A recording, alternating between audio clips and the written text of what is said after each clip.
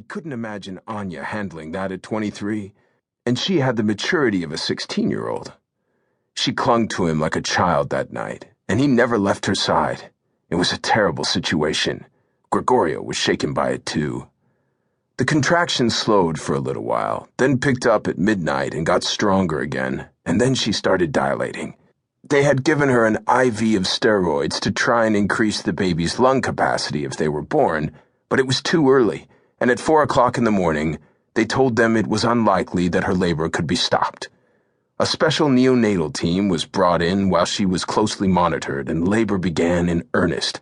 But instead of the joy of anticipation normally associated with a birth, there was a sense of dread and resignation in the room. Whatever happened now, they all knew it wouldn't be good.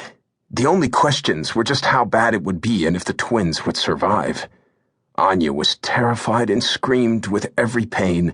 They gave her no drugs to ease the contractions so as not to risk the babies further, but eventually they gave her an epidural to lessen the pain, and to Gregorio it all looked fierce.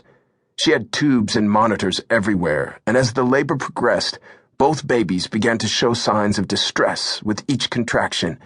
But she was fully dilated, so they told her she could push. Gregorio was horrified, watching what she was going through, but stayed staunchly at her side. He finally forgot about his wife entirely. All he could think about was this poor, pathetic girl, clinging to him in terror and sobbing between contractions. She was almost unrecognizable in the condition she was in. This was not the racy, flamboyant girl he had met and slept with on a lark. Their son was born first, at 6 a.m. He was blue when he emerged, a tiny infant who didn't look fully formed and had to fight for his first breath. He was whisked away the instant the cord was cut and rolled down the hall in an incubator to the neonatal ICU with 2 doctors and a nurse. With a respirator already in place, the infant was struggling for his life. His skin was so thin you could see his veins through it. His heart stopped an hour after he was born, but he was revived by the team attending to him, and they told Gregorio that his chances for survival were not good. As he listened to what they said, tears rolled down Gregorio's cheeks.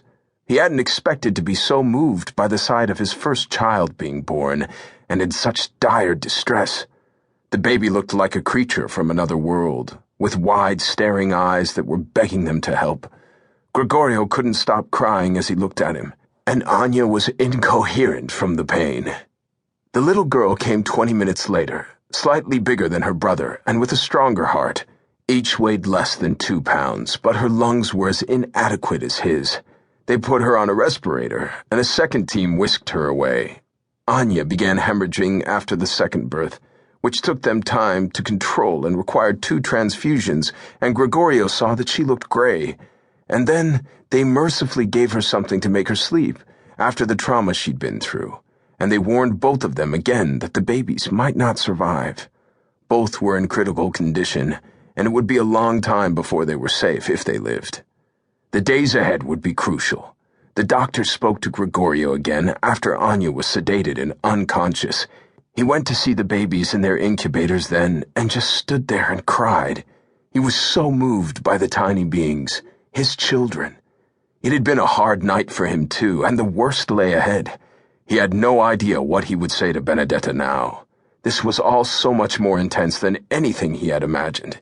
He had believed it would all work out somehow, and now clearly it wouldn't, or not for a long time. There was no escaping reality and the consequences of his actions.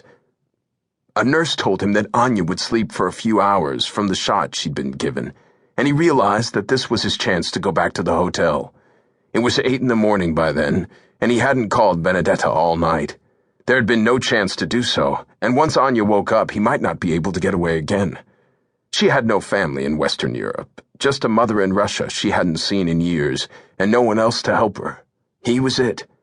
And there were the babies to think of now. He had felt instantly attached to them, which had come as a shock to him. He took a cab back to the hotel and walked into the Georges V, feeling as though he had returned from another planet. Here everything seemed normal, and the way it had been the night before, when they left for the white dinner. It seemed odd to see such ordinary life around him, people leaving for meetings, going to breakfast, walking through the lobby, checking in.